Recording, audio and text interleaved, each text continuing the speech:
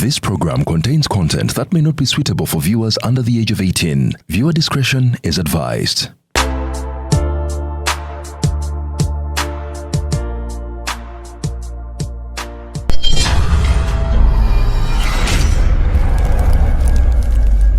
Zinagende marayi nembuza Kenzo.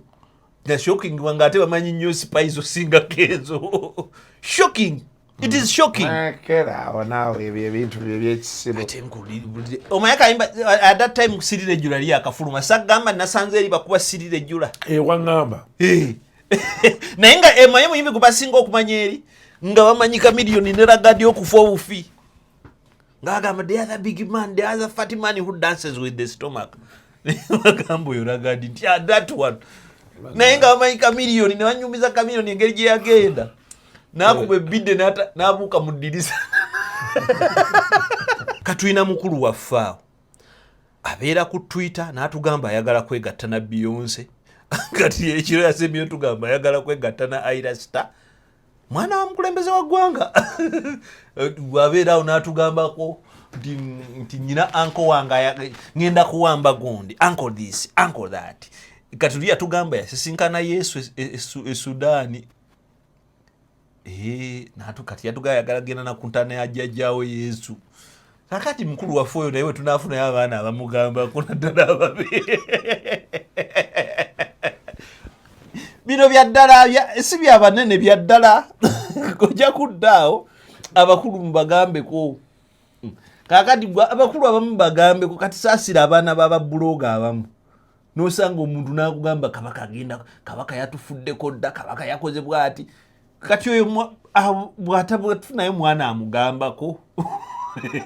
Agamba fetuba tulemereddwa. Mulemereddwa abazadde. Kati emisango egimutandika giroopera baana. Baana. Bagenda bagambako abaana.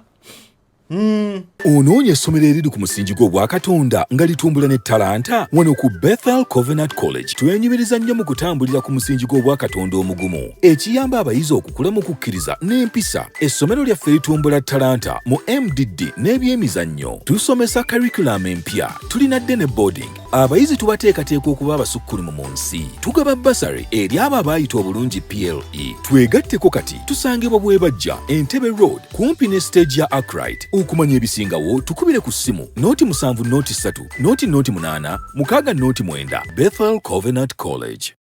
Bannayuganda abali mu diaspora naddala Canada kati nno munnange ettooke lyaffe liri eryeka lino likutuuseko fresh foods and matooke okuva e Uganda. Ky'olina okukola kyangu nnyo, kola odayo kati eno Smart Access Business woomera ettooke okuva mu East Africa e Uganda mu Canada lijja liri frozen. Mwattu ate tukutuusako ettooke lyo lino ku mulyango gwo gwe ku bannya 377 332 7894 oba genda ku smartaccessbusiness.com oba ku info@smartaccessbusiness.com.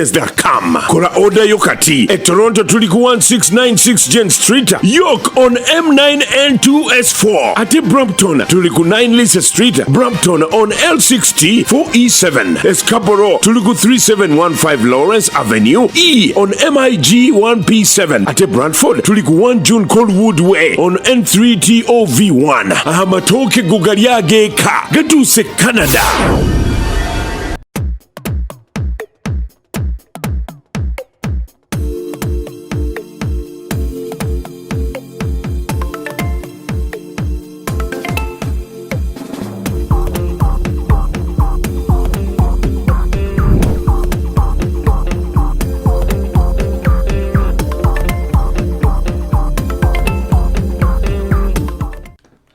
Welcome to yet another edition of Kasuku Live.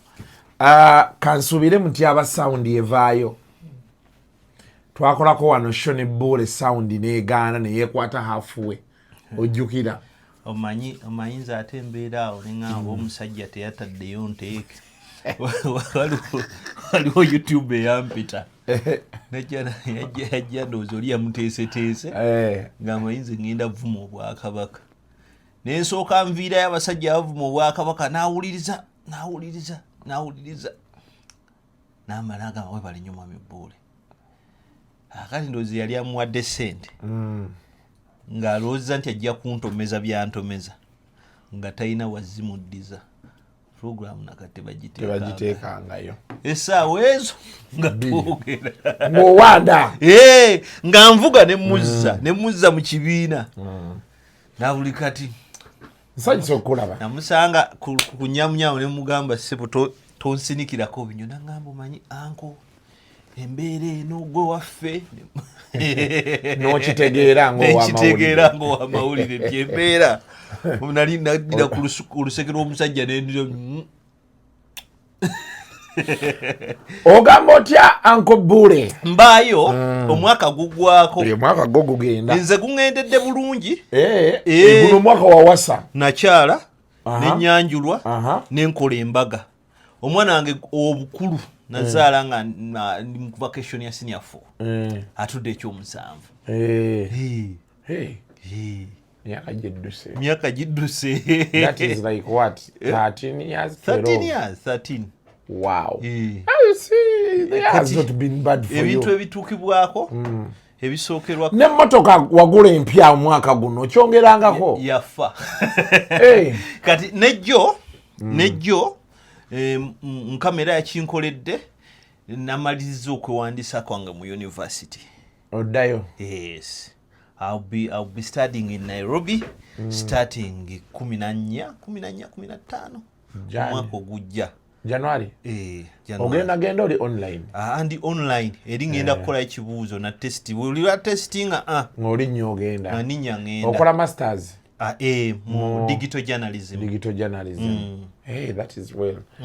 ndowooza nange enroll awo nange mu Jani ngenda tandika okusoma lwakuba sinnamaliriza nyina mukwano gwange oba mujjukira oli prophet yaŋŋambye TJ Collins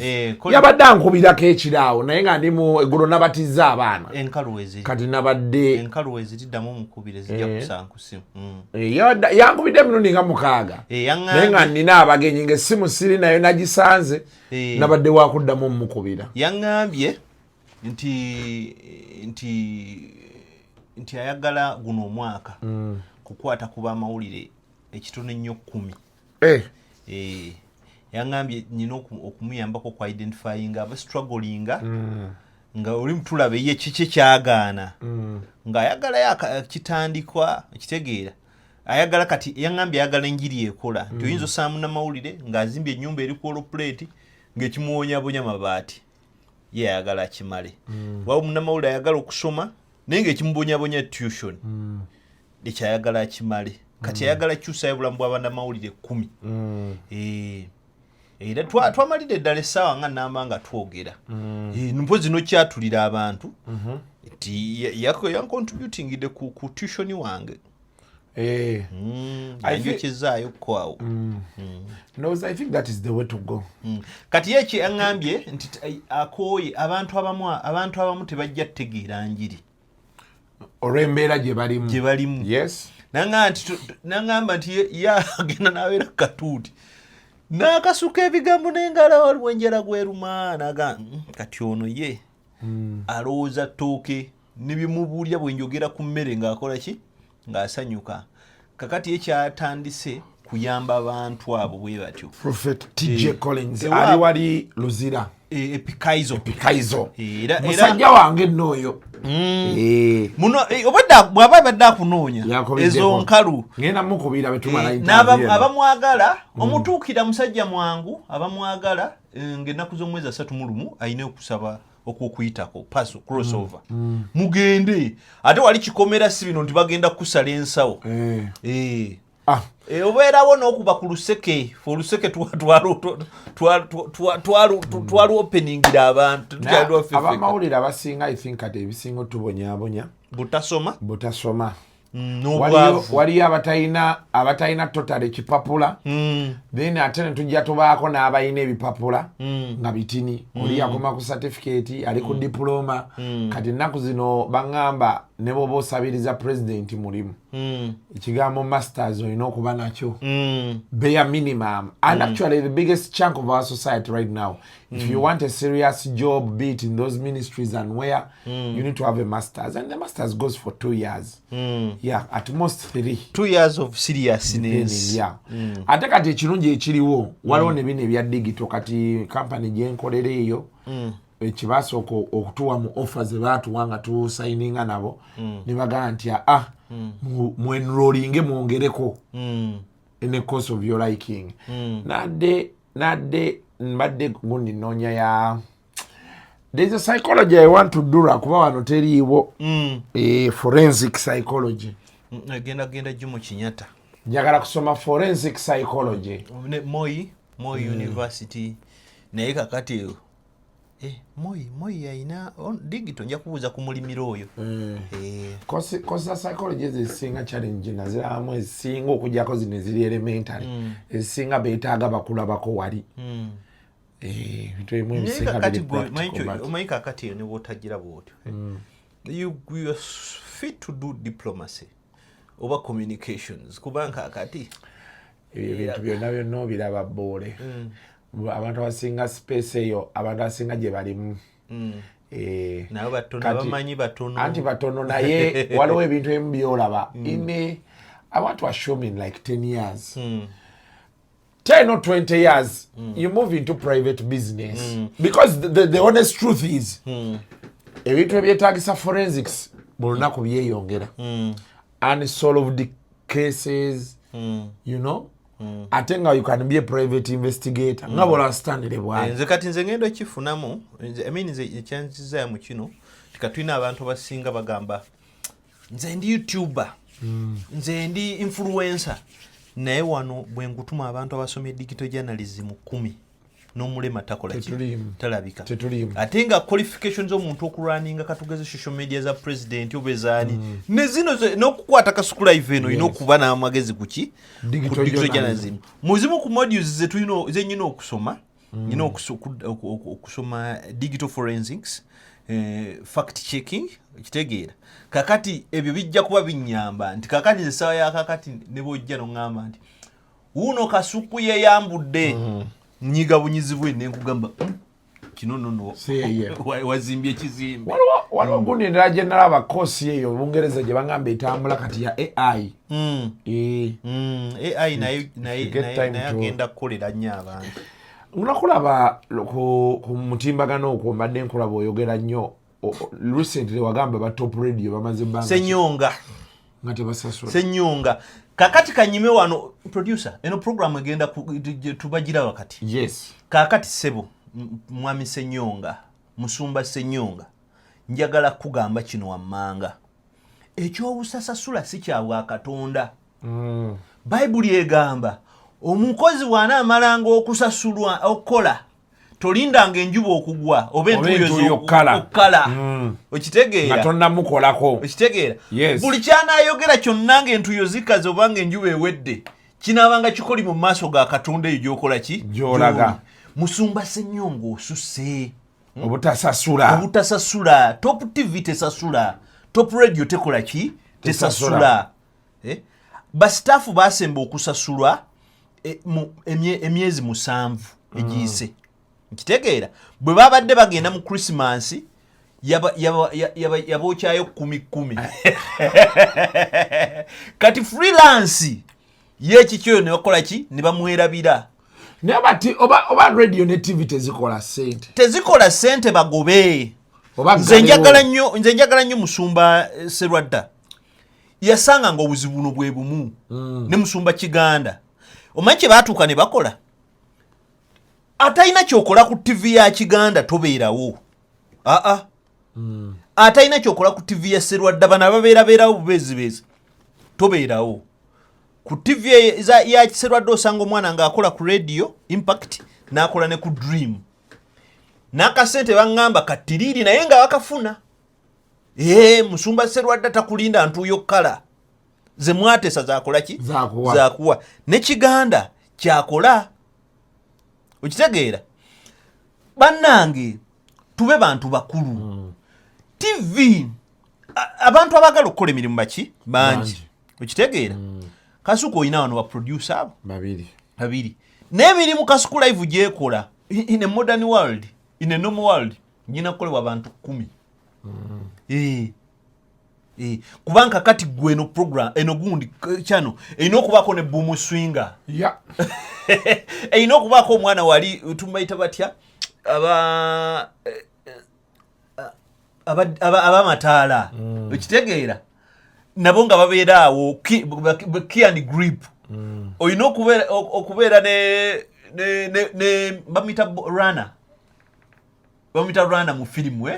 oyo goyina otuma kati nga abantu badde najati n'aleeta amazzi genda olete waya gundi esigadde bweti genda okole bwoti abo nabo oyina okubeera nabo ekitegeera naye kiki kye wakola you are working within your means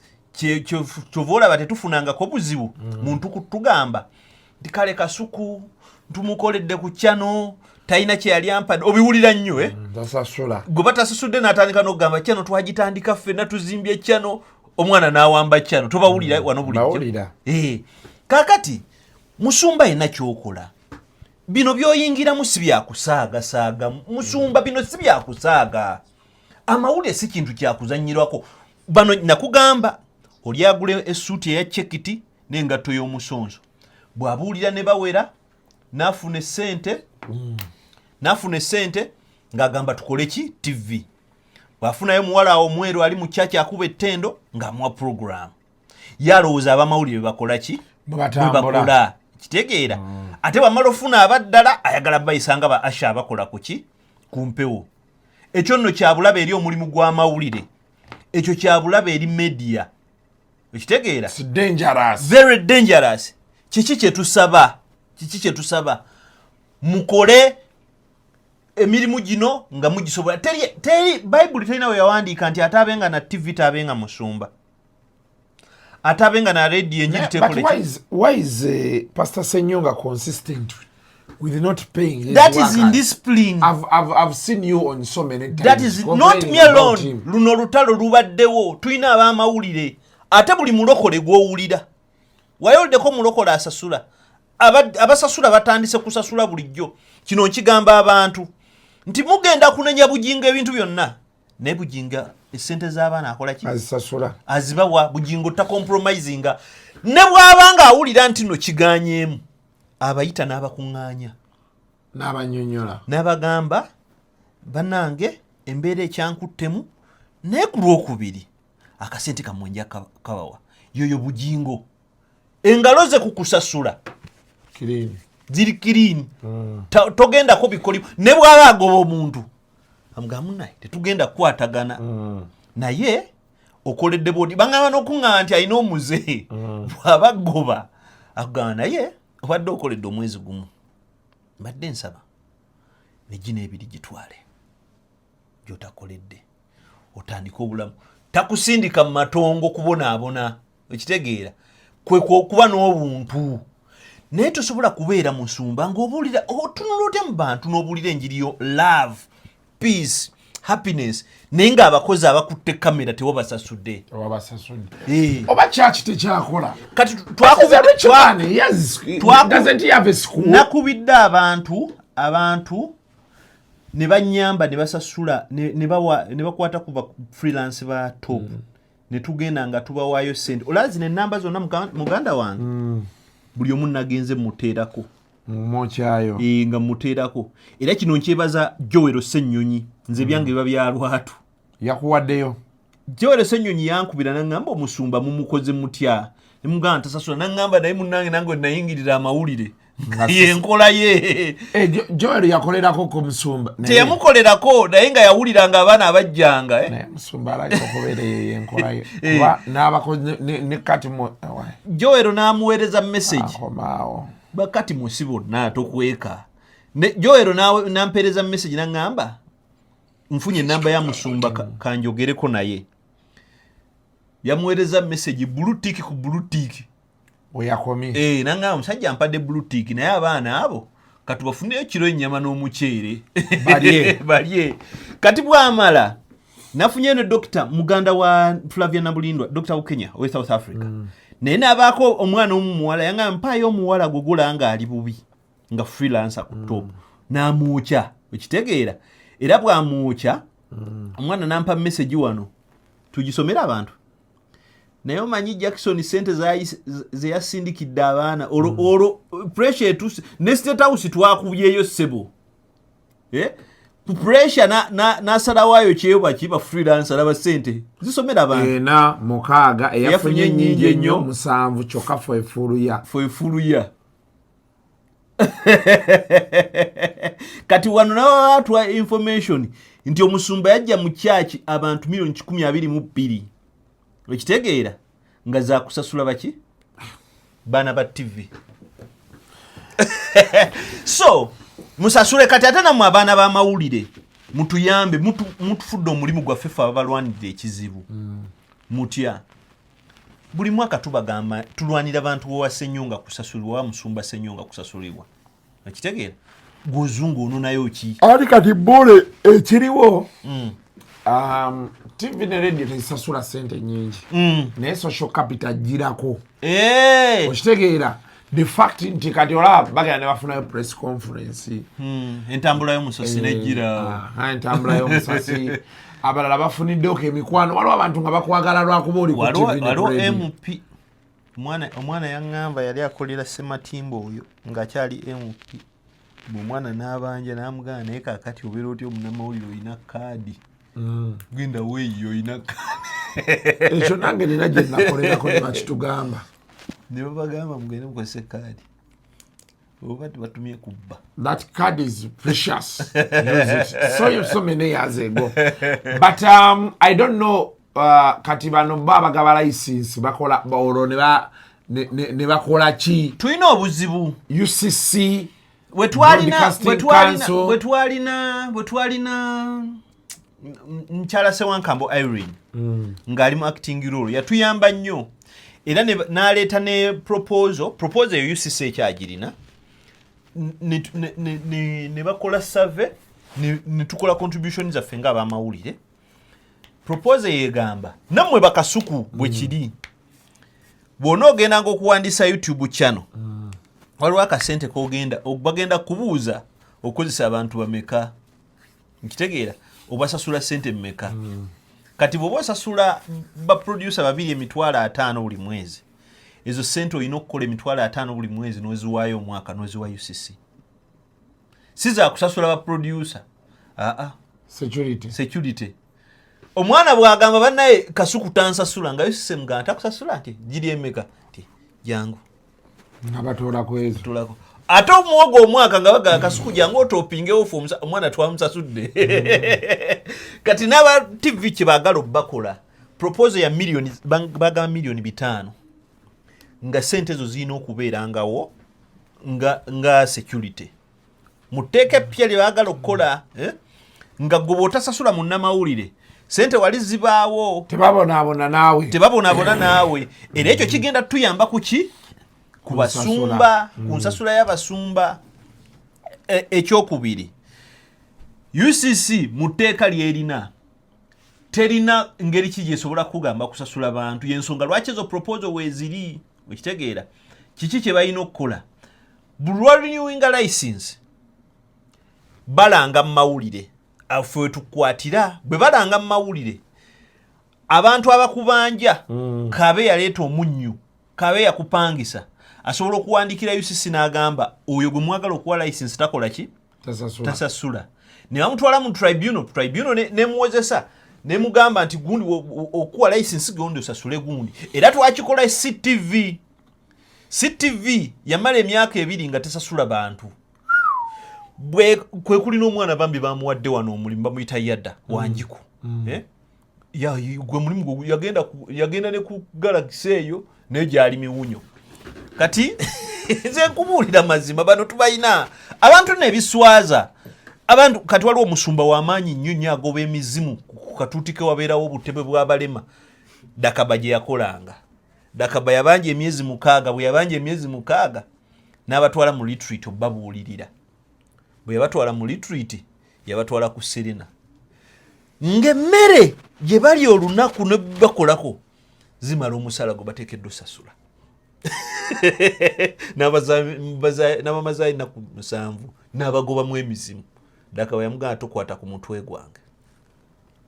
n'akwata ekkubo n'avaayo ekitegeera bwe bibeera naye nga w'amaanyi ku katuuti ke wabeerawo obutebe bw'abalema n'emiggo n'entalabuusi z'abasiraamu okitegeera kakati njagala okugamba abo abantu bakola ki bwe bafaanana gundi mbadde mbagamba CTV ebe yagala okuguza Pastor Tom ne balanga bwe balanga ne tuwandiikira UCC ne tubagamba nti singa muguza TV eyo omusajja oyo license n'egenda nga bano abaana si basasule ife tugenda basuwinga kubanga etteeka ligamba munaalanganga ne mutubabulira ebizibu byaffe UCC n'enyiga omusajja ndi pastor yali asasudde nako simanyi gye baggwera naye be baawaayo baakola ki babawaayo we have tried nze nebaza katonda nti we've tried waliwo abaana abamu nga bo babansanga baŋŋamba anko weebale nze bwe nkolera omuntu soogera naye oli waba akyenyumirizaamu nkyogera waliwo omwana sesawa yakakati producer ku Galaxy eyo bamuyita Rebecca Bayana nalwanirira Bayana oyo ku top awo yali social media person nga producer nga reporter naye nga afuna emitwalo 74 naye nga amaze emyezi 9 tasasulwanga musumba bwe yabayita yabagamba nsobola okusasulako ekitundu nange siri bulungi musigale nga mukola ayagala ennamba nga nzikuwa ng'onviira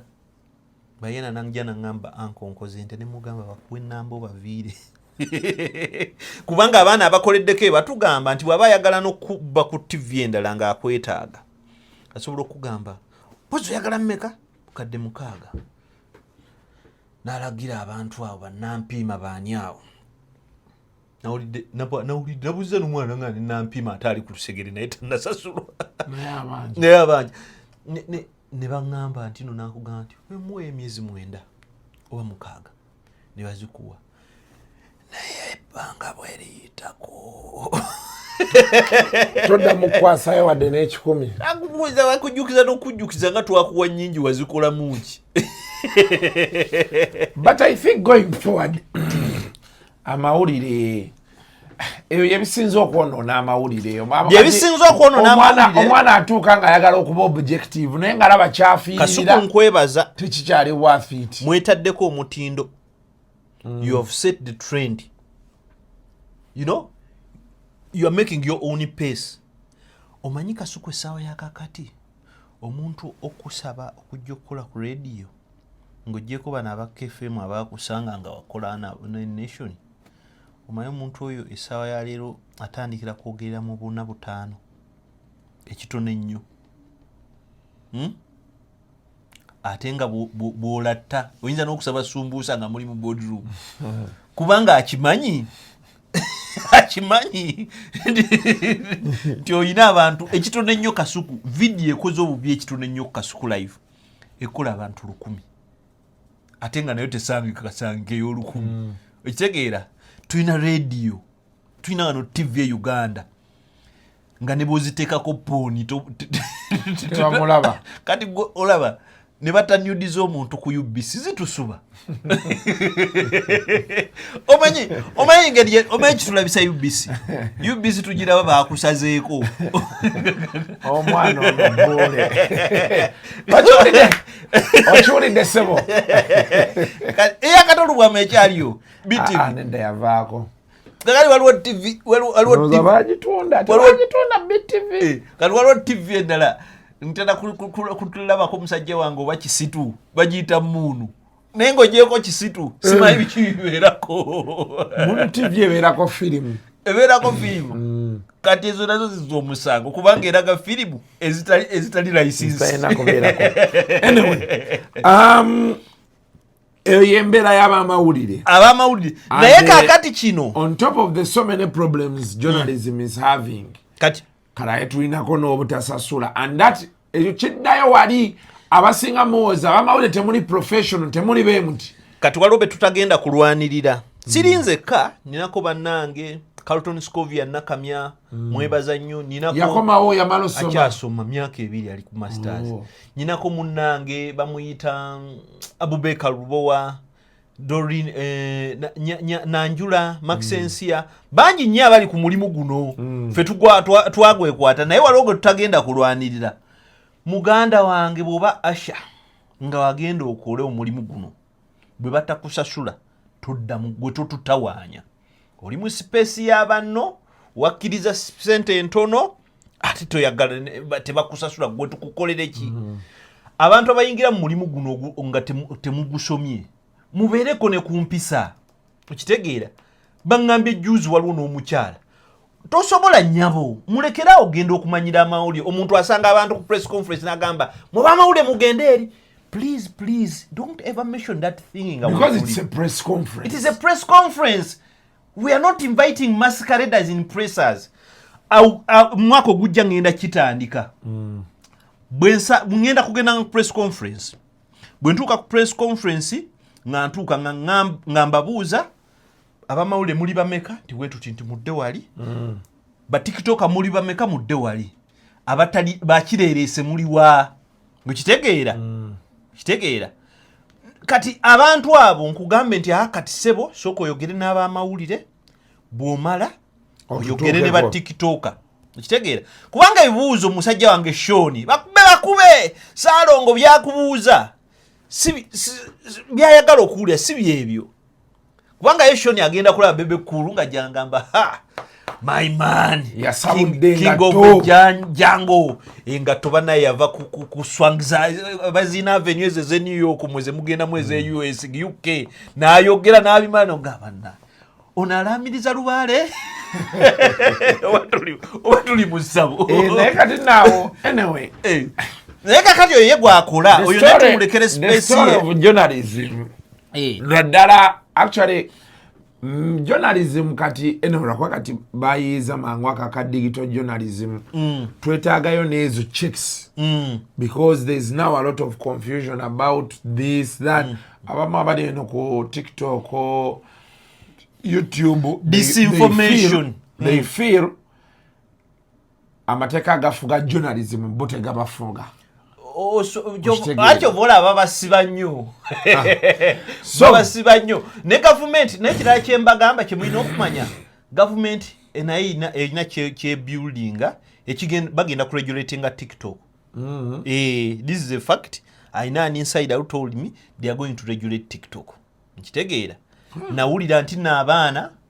tebagenda kudda ku TikTok. Okitegeera ne bana bakwata video z'abaana n'oziteekayo gugenda kufuukira dino ddala omusango. And I welcome it.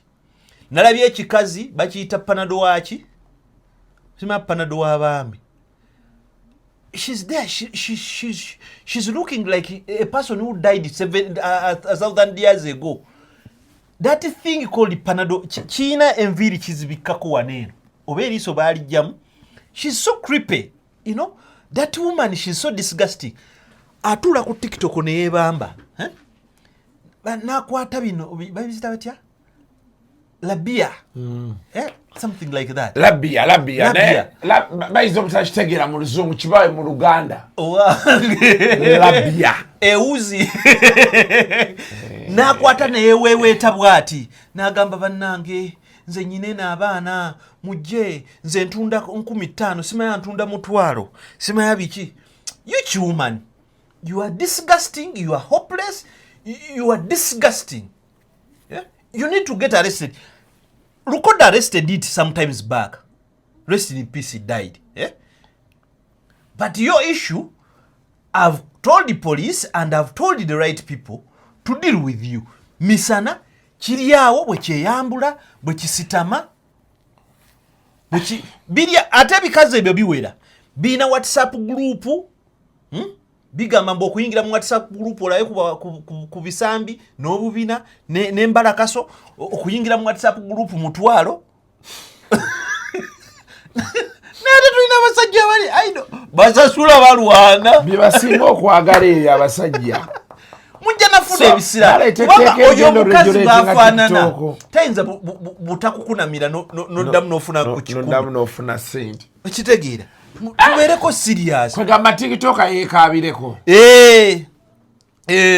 this is serious ensonga z'ettaka ensangi zino zafuuka nzibu okwewala katembo yo yenna dduka mu Honest Estate Developers ofune ettaka eritaliiko ndooliito baguddewo esiteeti zaabwe empya omuli Gayaza Kiwenda Phase 5 Mabombwe Phase 6 ne 7 ne Gobero Nampunge songa ne mu esiteeti zaabwe enkadde poloti esigaddeyo ntono ddala Hoima Road ng'Nansana Bujuuko Namusera Bugembe Namusera Phase 3 Kachiri Mwera Kachiri Magogo Gobero Muguruka Phase 1 and 2 Wakiso Kasengejje ne Kachiri Simba Mannyo ku Lwentebe balina Nakawuka 0 Phase 4 ne Sisalutaba Expressway ate Namugongo Sonde ne Namugongo Misindye amazzi n'amasannyalaze weegali bw'ogula kyapa ku mmeeza tuzimba n'okutunda amayumba agawedde Honest Estate Developers tusange ku Martin Road mu Kampala okumpi ne roundabout ya Aga Khan ku Mankeshwa Building esimu noti 775 oba noti 7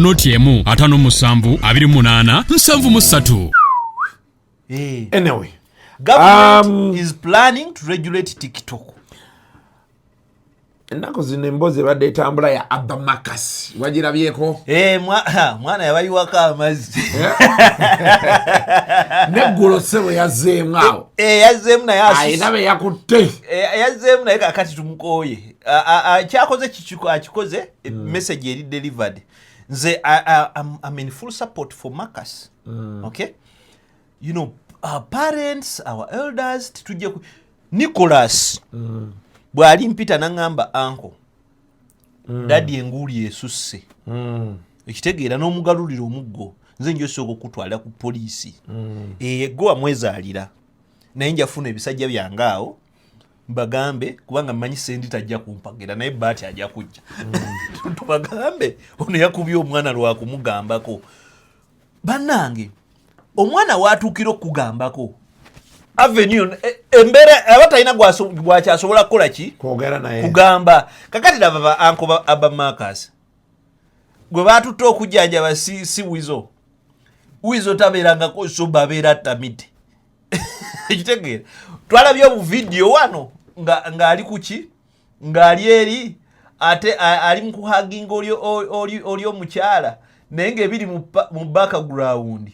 nyenge labo mujanja inatunanga ekizibu atunulanga ebidde omufunaawo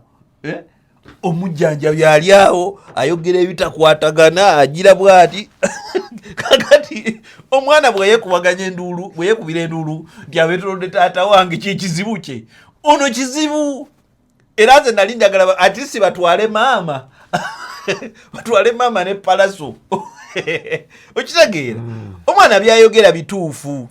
Daniela olumu kati dabanenya Daniela mutandika okumulumirirwa ekitegeera kubanga kati gwe bakugamba nti oli mulwadde tofuuka waddanga genda sooka omire eddagala ayina otandika okunywa gutukukolere ki ate bino omwana abyogera tabyogera lwa bulumi taata wa nze mwana njagala kamiliyoni mullo wano tuyinza okusaagasaagamu naye kamiliyoni is the biggest artist we have in Uganda. Ne international bwoba otunda kamiliyoni gw'otunda wali omulala wana ali international gw'oyogerako tulina Joshua Baraka sawa eno Joshua Baraka gwe tulina we are just being international kati antu kasuku bw'otambula oddamu kutugulira ngoye naye kati boddamu kutambula nga tunatugulirayo bisaatisaati ebyotuleetera ebisaawasaawa beera nko mu bantu bagambe what do you know about Ugandan music bajja kubuulira amazima Kamili ye w'amaanyi Joshua Baraka mulungi naye ojja kunoonya abantu bakugambe who is that one ze nagenda emalayi ne mbuuza Kenzo na shocking wanga ate bamanyi nnyo Spice osinga Kenzo shocking. It is shocking. Kera nawe ebintu by'ekisibo. Omayaka at that time sirire jula liya akafuluma sagamba nasanze eri bakuba sirire jula. Wangamba. Naye nga emaye muyimbi kubasinga okumanya eri nga bamanyi kamiliyoni ne ragadi okufa obufi. Ngagamba the other big man, the other fat man who dances with the stomach. Bagambo yo ragadi nti that one.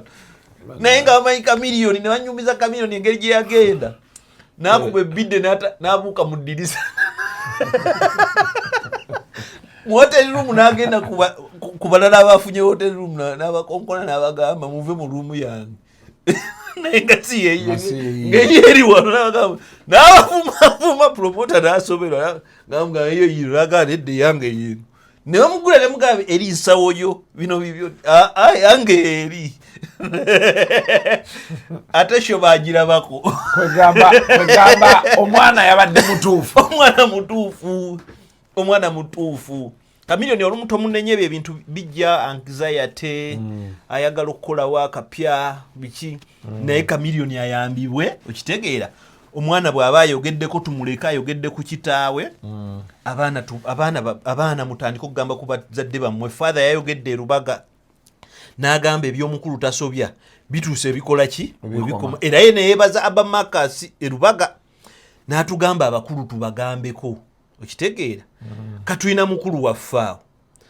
abeera ku Twitter n'atugamba ayagala kwegatta na Beyonce kati ekiro yasemyeyo tugamba ayagala kwegatta na Ayra Star mwana wa mukulembeze wa ggwanga wabeera awo n'atugambako nti nyina anko wange ngenda kuwamba gundi uncle this uncle that katuli yatugamba yasisinkana Yesu e Sudaani natu kati yatugaya yagala genda na kuntana ya jjajjaawe Yesu kakati mukulu waffe oyo naye tunafuna abaana abamugamba kuna ddala ababe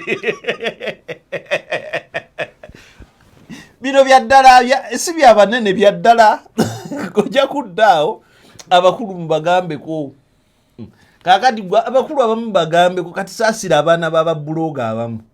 n'osanga omuntu n'akugamba kabaka yatufuddeko dda kabaka yakoze bw'ati kati oyo bw'atafunaye mwana amugambako kwegamba ffe tuba tulemereddwa mulemereddwa kati emisango egimutandika egiroopera baana bagenda bagambako abaana era ebyo n'abandi awo nga Nicholas azze nze era luli nange muwala wange yaŋŋambako kaŋŋamba nakabuuza mugenda kulya ki maama waabwe taliiwo jwa nti yali agamba ndowooza dadi tugenda kulya ku chips konze obumonde mubulina nti ate amagi waliwo abiri gokka konze mulyawo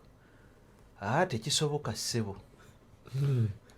olina okugulayo tuleyo amagi nitubeera nga tulyanga ne muganda eggolooza sente ezijja n'agamba okeera ssebo gwe n'ogenda okukola gweokola teri sente nangamba ssebo olina opulaninga nga n'otulekerayoko ku magi muli n'oteekamuko ku nkoko ninga onatandise okumbulira ekyokukola awo ng'omanya kakati omwana ng'oyo omukuba otya oluyi essaawa yonna bakwata semanengene ogenda owulira omwana aganyiza ati anyway but what do we learn from all of this abazadde kati ennaku zino njagala nnyo ezo issues nga booziraba kati they are issues ezikwata ku family and parenting kati kiki etuyigamu bw'oba oyagala omwana aleme kukugambako family egikuume ng'eri eti okitegeera family egikuume ng'eri eti otandikirewo from the start the more you be absent as a parent omwana agenda kumanyiira kubanga koko tukyogere ennomo senses omwana teyandikoze atyo naye ku lw'embeera eriwo omanyi Pawulo baamubuuza mu Bayibuli nti bananga abannamwandu bangi ne bassemwandu abakazi baddemu okuwasa n'agamba ku mbeera eriwo mu Lwefeso tuva mu lutalo abavubuka bafiiriddwa abawala bafiiriddwa baabwe nga bato abantu baddemu bawasa ku lw'embeera eriwo ukaakati mu maka g'abamayanja ekyo kyekisekeddwa okukola ki okukolebwa kubanga bino ebintu betulimu omwana byayogera jjajja oli mukulu jjajja era osaana ekitiibwa but you earn it bw'obeera jjajja n'odda wali mu baana n'obagamba kitamu bw'anaafa kitamu nyammwe ajja ttunda emboga omwana tajja kuddamu ajja kugambako jjajja nkitegeera bwe tulina bakadde baffe bakadde bab'emigadde wa bonna baba bali awo bali ddala ne bagamba Isaac bw'agenda mwe mujja kubonaabona nnyo ba Nicholas bajja bagambako nti banaye kimala bajja bagoba ne muddiira ewuwo nga toliiwo tetweyisa nga nsolo gali amako si gago bw'oba wazaala omwana ate abaana baalina si babo gwe wazaala oli okitegeera tufuge omumwa gwaffe tuleme kuba ba mutima mubi okitegeera tuleme gamba baana bintu tuleme commoditizing abaana ate tulina obuzibu buno obuzibu buli mu bazadde babazadde baba celebrity bazadde baba celebrity abasinga baba baali baavu n'obulamu buno bwe balimu baba tebabusuubira okitegeera kati sente bwe zijja omuzadde atandika okufuuka sirevu waki w'omwana nga tebagamba nakubaana nze nabuuzako maama w'omuyimbi omu mukyala akunama nnyo okitegeera ne mubuuza maama sisita byayambala bikunyumira naŋŋamba kate munnange yaweerera banne kakati nze oyagala mugambe ntya nange yanzijanjaba okitegeera kati biri bivuddewo gweyogera byoyogera kati nze mugambe ki kyali kugamba bwe nagamba ku mwana oluseke nalu okitegeera omukazi oyo mutegedde baagala enseke nga ziri open baana babafuusikira commodity zaabwe kakati ekyo kyolaba nti bazadde ba Chameleone nabo bamulabamu kiki nga mulimu okitegeera mulimu era ekyo balina okuba ku mmeeza bagambe ku mwana ku baana kubanga abazadde abo ffe tubaagala nnyo nga n'abaana abo bakola ki we bali ffe tukooye ebya gundi yafa taleesa akatakataka mazeeyo mukamaleyo tukabamalirireyo twabikoowa naffe tulina ebizibu okitegeera kakati ekiriwo gwe abaana bw'oba obaagala wamu tandikira wansi ate famire giseke nga ekikola ki ekyali wamu omwana abeera ku mawanga oba ali mu maka ga kisajja kirala ajja kugambako oyagala okulinnya epiki ogende e California omukuba oluyinga tekikakola ki tekikyasoboka n'ekirala bannange ebizibu bibeera mu maka mulekeraawo okwawukana omusajja ayenzeeko olunaku lumu ng'ozunga ki ani gwogenda osanga oyo malayika omukazi wamusanze nakamesagi ng'ozunga mubeereewo bwe mufuuka bino ebizibu mwabisayininga bwe mugiyingiramu abaana musooke mulowooze ku baana abaana be tulina okudipendingirako Lucky Dube yakiyimba ekitegeera mu luyimba baluyita Born to Suffer mu luwulire nnyo mubeereewo gumirawo si buli famire nti basanyufu okitegeera mubeereewo weeyizaawo mukuze bano abaana naye mugenda kugira mutuleetedde ebizibu kati abaana tebakyakuzibwa bakula bukuzi kubanga they are two different things growing up and being raised people need to be parented raised omuntu bamubuulire okitegeera osanga omwana sagala kuŋŋamba abaana babeeraawo ate mumunaabakuza babemuntu n'okubafaako bajja obbafaako tulina omwana w'omusumba w'amaanyi nja kwogera ensonga mukyala wange mulungi akyagimaliriza mutabani we yawasa omwana w'abendi bwe yawasa omwana w'abendi amukuba okufa obufi okitegeera enjaga agiryanga mmere naye oli musumba olina ekifo ekinene abantu bwe baba washipingira okitegeera omwana alina waffe kati mutabani we yakubye omukyala alina bebi ne bamukubiramu oluyi bebi 4 months okitegeera kakati gwosiiba ku nnyonyi mbw'ogoba mizimu emizimu gigoba ewaka kati omuzimu gw'enjaga waguleka ewaka ogenda ogoba egy'aba America that is terrible musumba w'amaanyi nate wavunaanyizibwa naye kyalaza naye nyenyini obufumbo obwe bwakola ki bwayigaana divorce yaluma ejjuuzi ennaku ezo kati ate n'omwana muyambe bano abantu ogenda muŋŋamba nga tubudde wano olwo olugambo ndwagala nyinza obutalufuna olwo bemba nga kyendowooza musajja mukakamu kyana kyagaana buganyi kkula ekyana kyagambye omuwala if you go you go you are the one benefiting from me you are using my daddy's name yo alina akigamba erinnya nno nno abavubuka bajja ddiiwako amazzi kati oba mbigambe kasukufu bwino mumpe bannange embeera mwagala okitegeera ebyo ebintu ebyo birina okukoma famire tuzibeereko okitegeera. But I think over the past 2 or 3 years, the biggest stories that have made headlines in this country, zona running around the institution of marriage family. Oyina akantu ke wange yogedde wakagambye ku channel emu obeeno oba yaffe oba eri endala yaseimo wagambye nti kakati gwe watandika okulowooza ku bantu abamatalinga mu bulamu bwo ewaka osobola n'okuddayo paka ssaawa 4 n'olaba nga beebase nendaba ku baana nenvaayo n'ovaawo ne n'obeera omuntu abaana bagaaya enjaga gwe munyegenyege olumujja lastidde oba 2 days enjaga eri mu baana abawala abato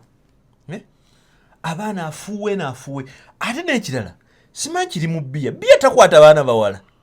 ennaku zino nti bbiya takyakwata abawala sitole nabadde njinyumiza seimaawo abantu nga balowooza nniima obeera n'omuwala mu disiko n'olinda omuwala amenyeka amagulu eddaffe ng'omuwala omuwa simanofu egi simanofu radio ba era twamuyitanga simanofu gwe twayitanga bbiya wabakazi abakuula naye omwana abaana bamira Guinness nze nti omukazi anywa Guinness kati ffe edda twalina omuwala nga bwanyuma olindako olulimi luzitowe bulti nga luzitowa nga teruzitowa abaana bamira nze nalabako abawala omu yafa bajja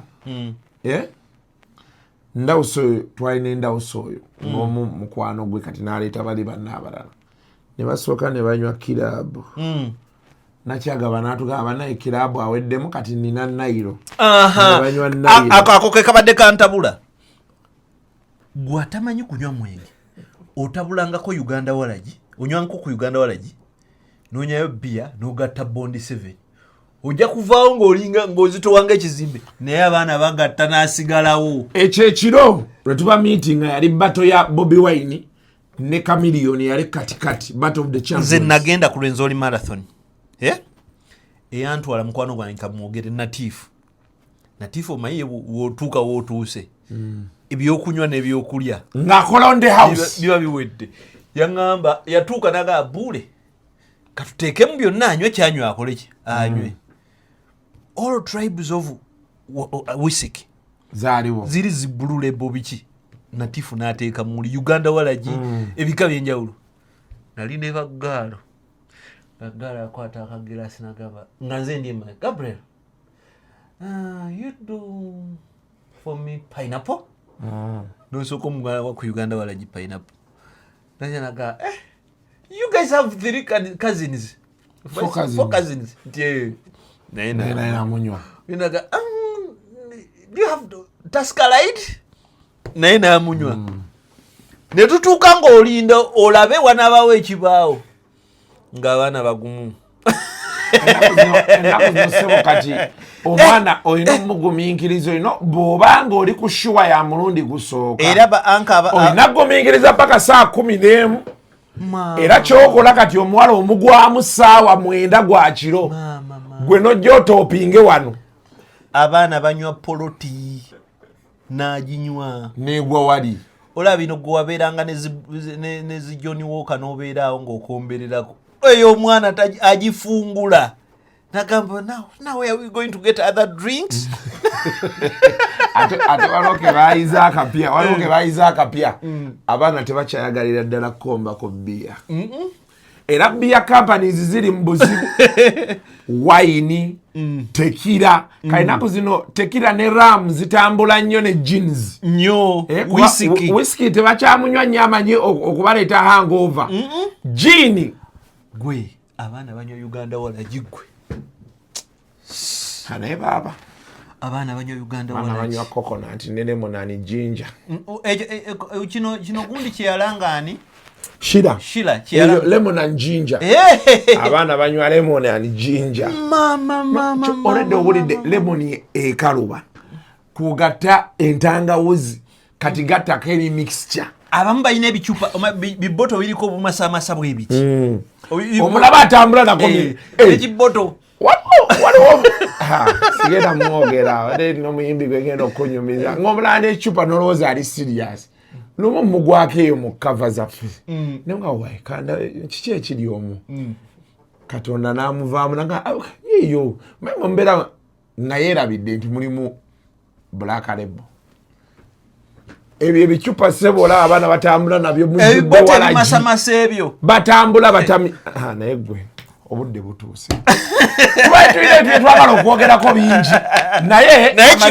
ekibozi kitukwata naye the honest truth is this there is a transition happening everywhere kuvira ddala mu gavumenti bw'otunira ne be balonze KCCA they are fairly young people muddeyo musome kyegisooka ekyokubiri transition eno abantu abakulu mu society government mulabe tutugenda teekawo ministry ya ethics and integrity ministry y'abavubuka how are we going to handle the movement from what is happening kuba generation yenkadde lwitwagamba nga abantu bakadde balemedde mu bifo balemedde buli wamu kati batandise okwefiltaringa bokka abamu bagenda nakufa bufi kakati nekana akalala tugenda mu mwaka gwa byabufuzi bw'osanga omunnabyabufuzi tomusaasira bw'osanga zonna z'olina omujja kuzimugjeeko don't joke with those idiots agenda kulimba mbu nja kukolera nze nalina ekigurupu twaleeta omwana awo nnyeko naye abamu tebamufuna yadde peesa z'omufuna kaawo zezizo okitegeera takusuubiza talina kyakusuubiza tokkiriza kusuubiza awo kyomusanze kyoba ofuna temubasaagiramu okitegeera kati abalala nga mugenda okusaba okuyitako passover pasita takusiruwalirako saba bibyo bapasita bayaaye kati kambabule bebagenda obalagula kubula byebagenda obalagula bagenda bagamba waliwo pasita agenda okugamba nti Museveni agenda kwesimbawo ate bayita namabega.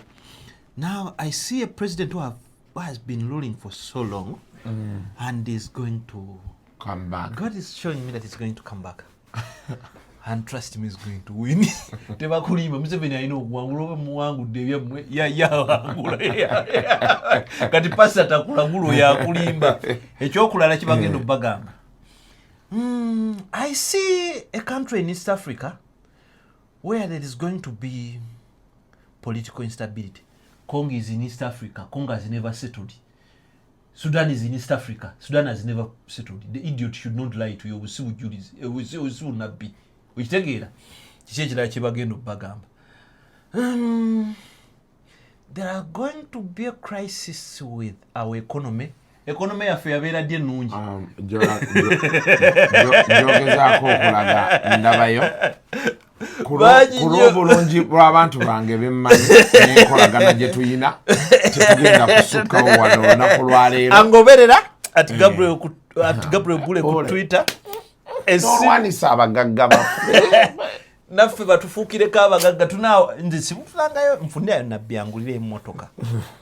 07 00 39 1620. Flavia Namulindo ab'Egomba akomawo era empapula agenda zijjayo agenda kwesimbawo.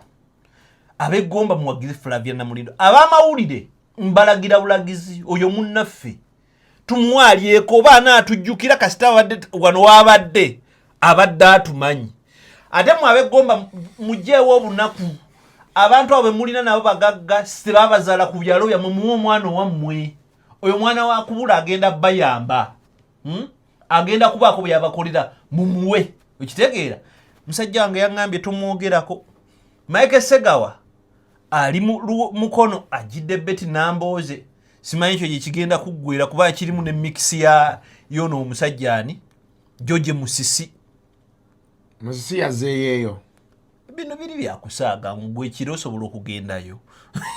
okoleyo ki Musisi kati yasazeewo agenda kwesimba weeri. Nyina ne Nambooze tebaamuwe kaadi. Tebaamuwe kaadi. Simanyi kati n'ekirala 2025 n'ekirala gye tugendamu waliwo abadde babansinikira ebinnyo lwaki ntimba nanfuma muganda wange abatakimanyi mwana wa anko wange ogenda gwa naye okitegeera nanfuma nze buule tuli bazukulu ba Ssenfuma Ssemukunyi ekanyike okitegeera tweddira mamba nze oli muto wange si mukulu wange nanfuma Shamimu muto wange kati Shamimu nnyabo oba ogenda funa kamu kafune nze famire ekola ki enkwatako nnyo ogenda muwagira baleeta obulango Kasuku live n'abalala mbalaalika empigi tatange yali afa nakubira wane essimu neyogaa muzeeyi atutabudde wano eno omuntu eyatuwa ambulance mu covid yawo nga teri naasobola tuwa motoka kitegeera yali Amelia kyambadde Amelia oba tebakuwa nze nja kuwa kiki kyokoze nakulasira masanyalaze ku muluka gw'ekyali wagenze n'ogalobinga ne gajja